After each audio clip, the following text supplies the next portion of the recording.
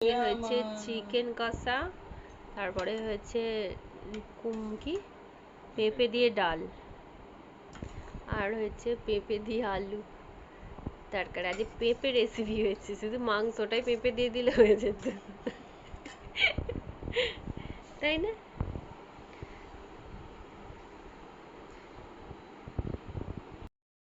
এর আধিক্যটা চলছে।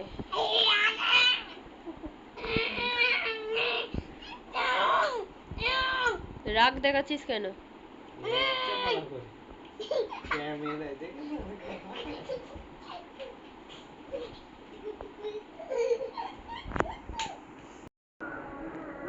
মা আজকে সকালে এসেছে, অনেকটাই সকালে, কিন্তু তার মাঝখানেও মা মানে বাবুর শরীরটা ভালো ছিল না বলে মা এসছে, কিন্তু তাড়াতাড়ি করছে, ফের 3টের মধ্যেই বলছে চলে যাব, মানে তাই জন্য আগে থাকতে বলছে। কাপড় টাপড় সব পরা হয়ে গেছে, আর সকাল থেকে বসেছিল। তারপরে ও বললে তাহলে মায়ের সাথেই চলে যাবো এমনি কাজে, আমি একটুখানি কাজ আছে করে এসে ফের বিকালবেলা বেরোবো।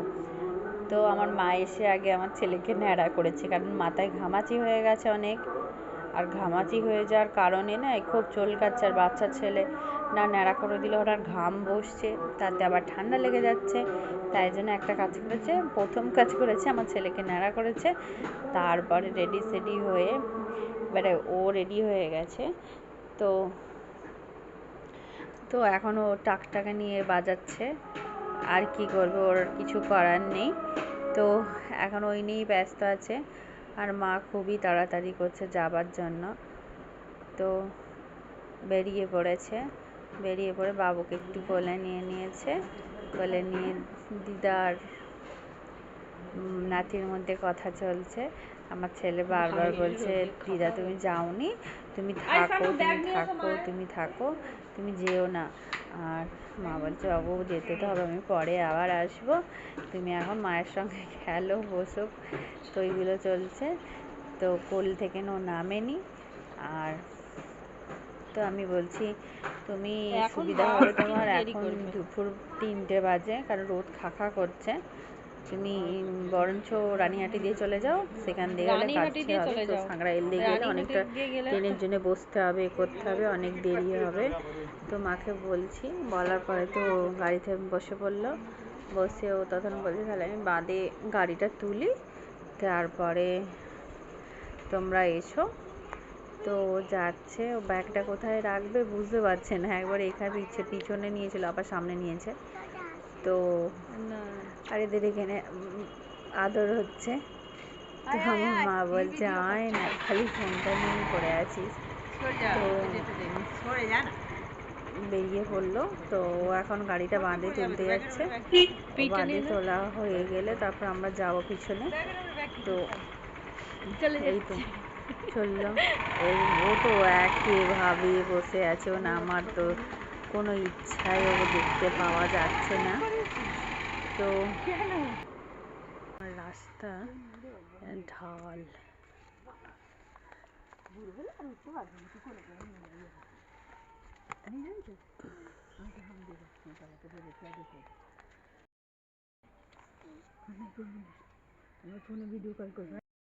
আমি যাচ্ছি,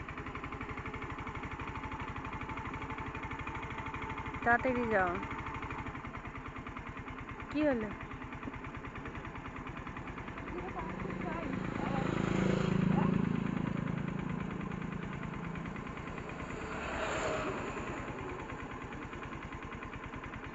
যাও, দেখে যাবে মা, দেখে যাবে। টাটা করে দাও, টাটা করে দাও।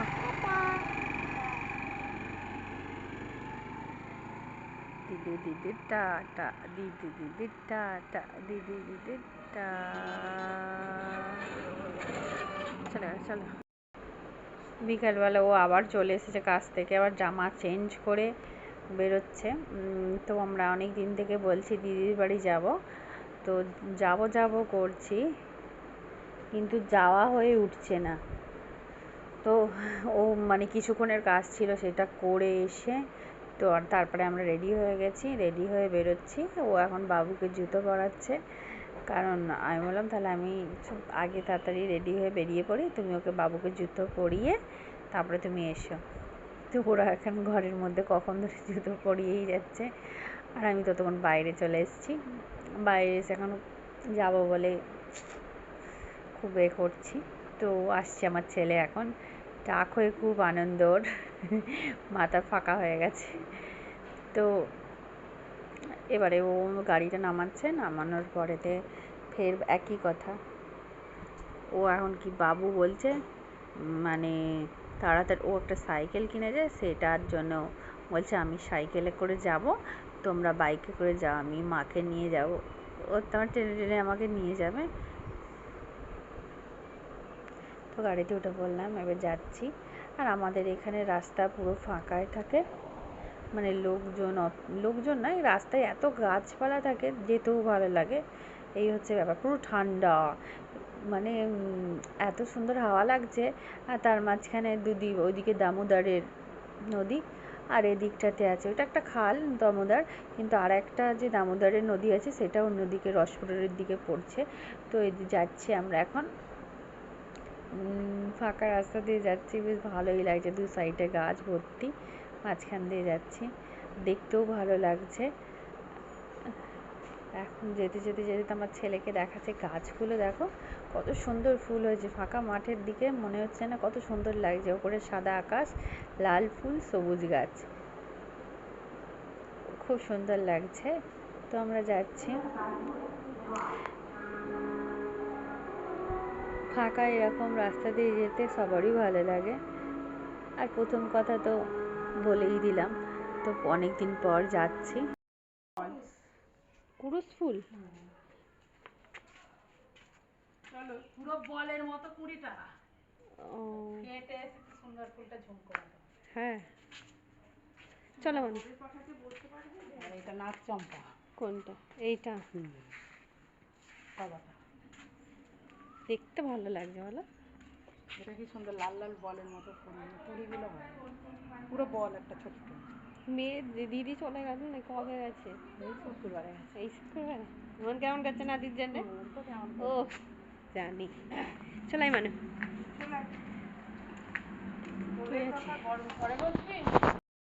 বড়মা বাড়ি গেল, এসে হঠাৎ বলছে কি যে কাজ বের করে আলাম,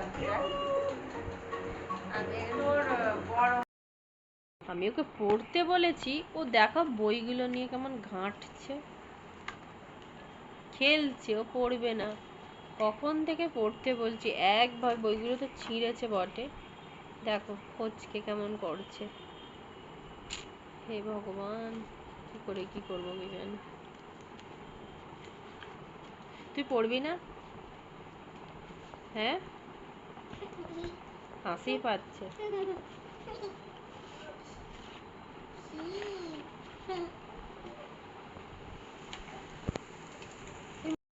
ঝড় উঠেছে নাকি?